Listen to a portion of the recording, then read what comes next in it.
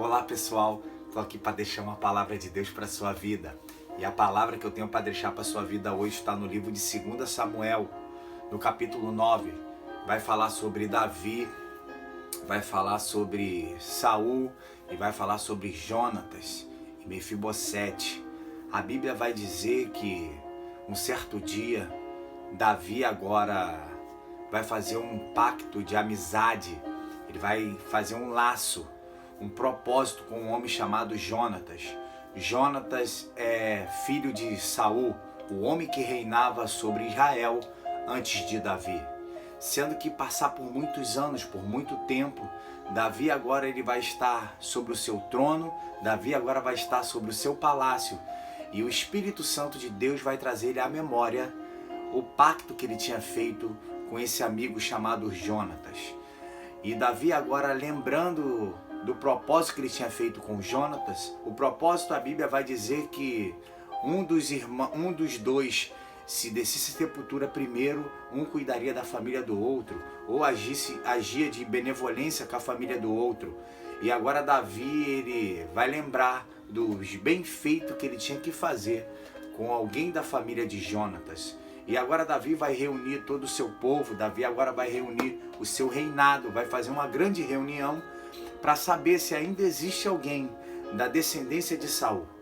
Davi agora vai fazer uma reunião sobre o seu palácio e diante dessa reunião vai se levantar um homem chamado por Ziba.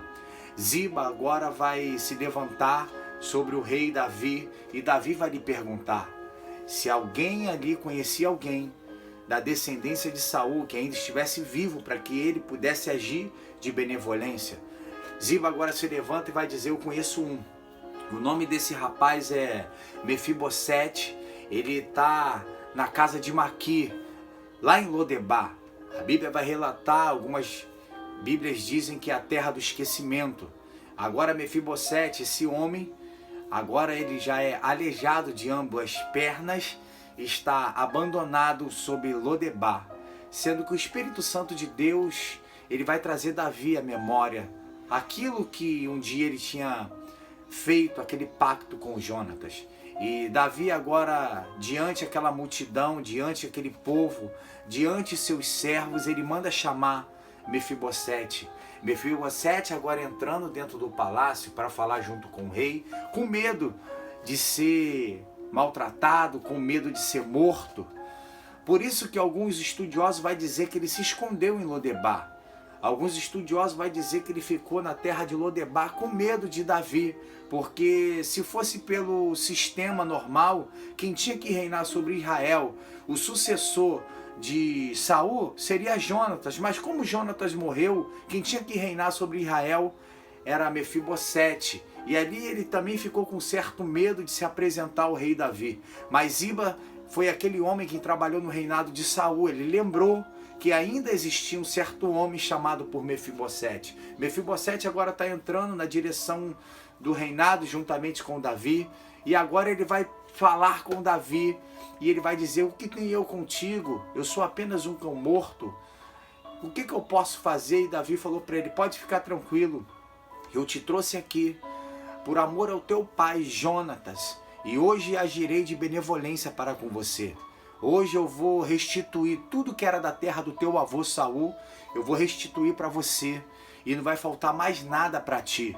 E ele agora vai chamar o servo Ziba e vai dizer: Ziba, quantos servos você tem? E Ziba vai falar para ele: eu tenho 20 servos. E quantos filhos você tem? Ele vai dizer: eu tenho 15 filhos. Ou seja, a partir daquele momento, a história de Mefibosete começa a mudar. Depois de passar tantos anos, tanto tempo esquecido, agora Deus ele vai lembrar Davi do pacto que ele tinha feito com Jonatas. Deu para você entender? O mistério é que por um momento você passou a estar esquecido, por algum momento você de repente pensou que estava abandonado, por algum momento você pensou que a promessa não ia se cumprir na sua vida, por algum momento você entendeu que estava esquecido, que estava abandonado, mas Deus, ele nunca se esquece da promessa que faz para os seus.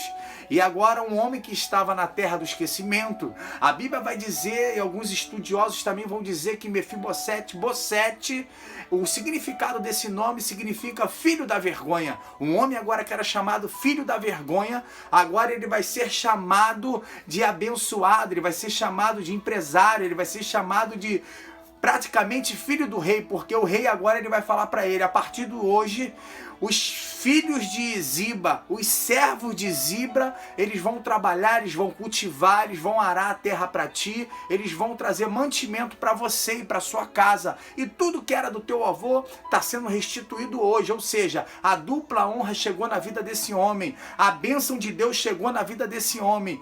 E agora o rei vai dizer para ele, Ziba, a partir de hoje, ainda que você tenha terra, ainda que você tenha servo, ainda que você tenha gado, ainda que você tenha plantio, ainda que você tenha pessoas ao teu favor, a partir de hoje eu quero que você sente na minha mesa. Sabe o que eu entendo com isso aqui, meu amado? A honra de Deus para a vida de Mefibosete chegou.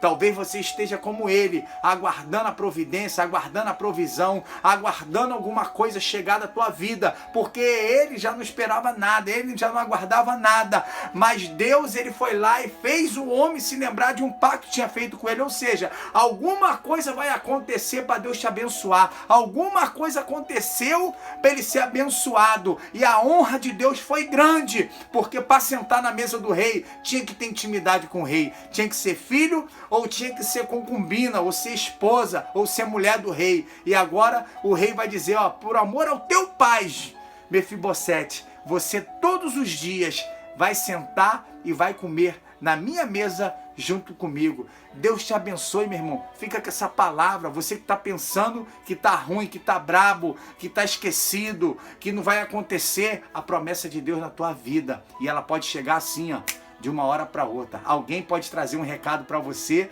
dizendo que tem uma porta de emprego aberta para você, tem uma provisão de Deus para sua vida, assim como Ziba teve que ir lá levar o recado. Alguém vai ter que levar o recado para ti, dizendo que Deus está te esperando para te abençoar. Deus te abençoe em nome de Jesus.